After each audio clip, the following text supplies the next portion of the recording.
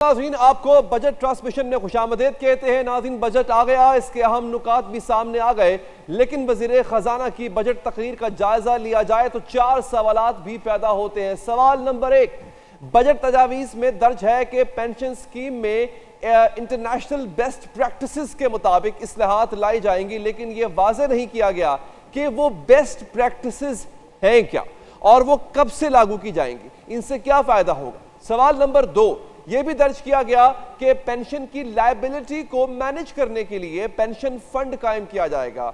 यह pension fund कैसे काम करेगा, इससे पेंशन लायबिलिटी को कैसे मैनेज किया जाएगा। सवाल नंबर 3, तवानाई के शोबे में गर्दशी कर्जा मजीद बढ़ने से रोकने की हिकमत अमली तो बनाई गई है, लेकिन गर्दशी कर्जे में कमी के लिए क्या किया जाएगा यह नहीं बताया गया।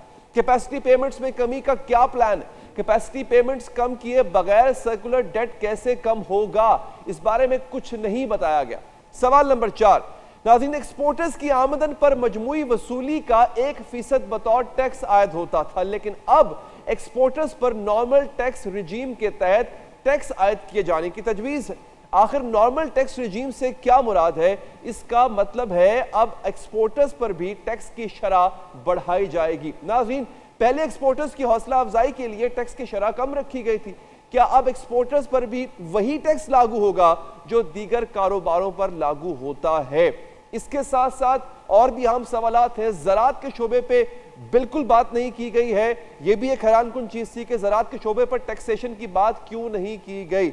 हमारे पास आज जो मेहमान मौजूद हैं वो किसी तारुफ के मोहताज नहीं है और वो इस खास तौर पे जो मईशत का गोरख धंधा है इसको बखूबी जानते हैं, तो उनसे हम पूछेंगे क्या वाकई जो आज कहा गया, बताया गया, वो अल्फाज का गोरख धंधा था या हकीकत में अवाम को कोई रिलीफ मिलने जा रहा है। हमें स्टूडियोज में ज्वाइन किया है नन अदर देन जनाब नईम मीर साहब ने। मीर साहब, बहुत शुक्रिया कि आपने हमारे प्रोग्राम के लिए वक्त निकाला। पूछेंगे आपसे कि कैसा लग रहा है ये बजट आपको, ताजरों का क्या रद्द-ए-अमल है। हमारे साथ अली हसनैन साहब है। अली हसनैन साहब, बहुत शुक्रिया, आप कल से इनफैक्ट हमारे साथ हैं and it's a great learning to have you on the show. हमें थोड़ी देर में दीगर मेहमान भी ज्वाइन करेंगे, बल्कि लाहौर चैम्बर ऑफ कॉमर्स के प्रेसिडेंट काशिफ अनवर साहब भी थोड़ी देर में स्टूडियोज में हमारे साथ मौजूद होंगे। हमें अजमल बलोच साहब ने ज्वाइन किया है, ताजर रहनुमा है। सर, आपका भी बहुत बहुत शुक्रिया बलोच साहब, आपने हमें ज्वाइन किया। आम आदमी से पहले पूछ लेते हैं कि आम आदमी के लिए ये बजट कैसा रहा, आम आदमी क्या समझता है, एक आम ताजर क्या समझता है। मीर साहब, सर कैसा लग रहा है आपको?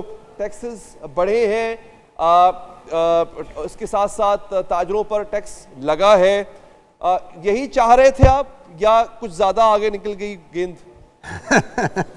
बात यह है, देखें जी, कि बजट जो है ना जी, ये बजट ही होता है, ना अच्छा होता है ना बुरा होता है, बजट होता है। ये ज़हन में रखें। ठीक है।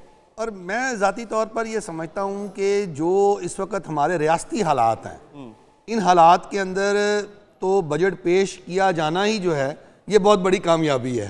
बिकॉज इस वक्त हम अनअनाउंस्ड जो है या अनडिक्लेयर्ड एक जो बैंक करप्सी है, या बैंक करप्ट तो हम इनडिक्लेयर्ड हैं ना, अनडिक्लेयर्ड। तो अब इस सूरत हाल के अंदर जो है वो हमें जो एक डेट ट्रैप है जिसके अंदर हम फंसे हुए हैं, यहाँ से हमें निकलना बड़ा मुश्किल हो रहा है। तो बहरहाल आपने एक बात की, मैं उसकी थोड़ी सी वजाहत कर दूं। जो आपने अभी बात की एक्सपोर्टर्स के हवाले से, एक्सपोर्टर्स पर पहले जो 1% टैक्स लगा गया था वो उनका फुल एंड फाइनल डिस्चार्ज था। अब तब्दीली ये हुई है कि उन्हें नॉर्मल रजीम का हिस्सा बना दिया गया। इसका मतलब यह है कि अब वो अपना प्रॉफिट एंड लॉस अकाउंट बनाएंगे, अपने अखराजात डालेंगे और उसके मुताबिक उनका जो मुनाफा निकलेगा वो स्लैब रेट के मुताबिक उन पर अप्लाई होगा और फिर उनको नोटिस भी आएगा। ठीक है, यानी उनका ऑडिट भी हो सकता है। पहले नहीं था क्योंकि वो फुल एंड फाइनल उनका डिस्चार्ज था। लेकिन मैं आपको इसमें बता दूं, इसमें भी मैं आपको गुर की बात बताता हूं। होगा ये कि इन पर जो फाइनली जो इनको टैक्स अदा करना पड़ेगा वो 1% ही होगा। अच्छा, वो ऐसे कि एक ये मिनिमम ये टर्नओवर का टैक्स है ना जी, 1%। अब ये है कि विच एवर इज हायर, ये है नॉर्मल रजीम। ठीक है। तो जिस तरह हम करते हैं, जो अच्छा, मैंने कल आप which ever is higher। which ever is higher, तो जो हम करते हैं वो ही अब एक्सपोर्टर करेंगे। जब ये अपना प्रॉफिट एंड लॉस अकाउंट बनाएंगे that will be the higher। तो नहीं, तो 1% के अंदर ही रहेंगे उस ब्रैकेट में, और अपने अखराजात डालेंगे, अपने जीपी को लो करेंगे और खाते बनू के दे देंगे, और थोड़ा बहुत कभी कोई नोटिस वोटिस आ गया तो सिक्का राजुल वक्त को इस्तेमाल कर लेंगे। तो सवाल ये है हसन साहब कि इसकी जरूरत क्यों पड़ी? बिकॉज हम चाह रहे थे कि हमारी एक्सपोर्ट्स बढ़े, हम चाह रहे थे कि लोग इस सेक्टर में ज़्यादा से ज़्यादा इन्वेस्ट करें। इस सेक्टर को नॉर्मल रिजीम में लाने की जरूरत क्यों पड़ी? एक साथ में इसका जवाब भी दे दें, ये इंटरनेशनल बेस्ट प्रैक्टिस होती क्या है पेंशनर्स के लिए? बिस्मिल्लाहिर्रहमानिर्रहीम। देखें, ज़रूरत तो बड़ी आम अल्फाज में बताने के ये है कि पिछले कोई 10 साल से या उससे भी ज़्यादा से पाकिस्तान जितना टैक्सेशन में इकट्ठा कर रहा है उससे ज़्यादा खर्चता है। जब वो जो फ़र्क आता है वो आप सूद लेकर, लोन लेकर आप उसको पूरा करते हैं, और उसकी वजह से उसका सूद जो है वो हर साल बढ़ता रहता है। ठीक है।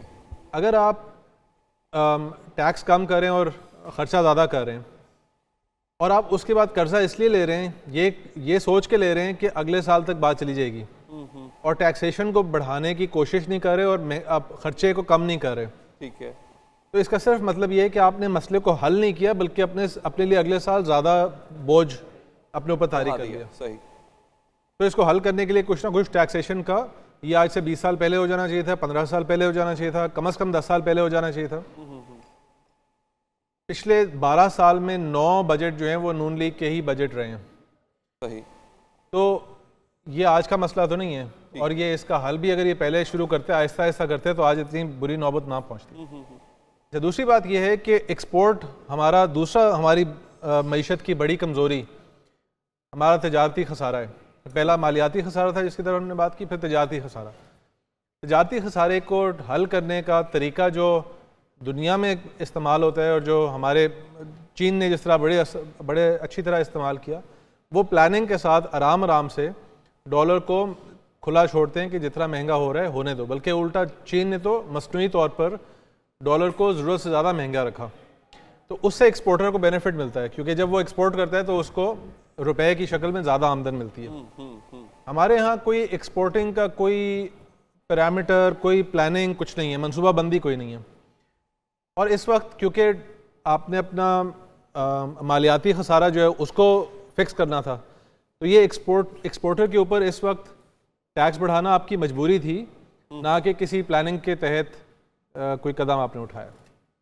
इसमें मैं एक चीज़ का इजाफा करना चाह रहा था, अगर आप इजाज़त दें। सर मुख्तसर देखें, मुझे इसमें कोई भी टैक्स का इम्पैक्ट नज़र नहीं आ रहा इसमें। अच्छा, ठीक। मजीद मुझे नज़र आ रहा है कि ये मैनेजेबल है, वो जो स्लैब नीचे लेके तो ये मैनेजेबल है, ये हो जाएगा मैनेज। असल मसला ये था कि एक्सपोर्टर का ऑडिट होना था। ठीक है। अब उसका ऑडिट भी बहुत ज़रूरी है, बिकॉज नॉर्मल रजीम का मतलब है उसका ऑडिट होगा, पता लगे कि कितने पैसे उसके आए, कितने गए। अब एक्सपोर्टर्स हमारे नॉर्मली करते क्या हैं, आपको पता है ना, कि वो जब सामान बाहर भेजते हैं तो पैसे भी रोक लेते हैं, और डॉलर नहीं आते पाकिस्तान में, और फिर कभी पेनल्टीज भुगत रहे होते हैं, कभी डॉलर को शॉर्ट कर देते हैं, और कभी इंतज़ार कर रहे होते हैं कि जब डॉलर महंगा हो जाएगा तो तब इसको पाकिस्तान बुलाएंगे, मंगवा लेंगे। अच्छा, मैं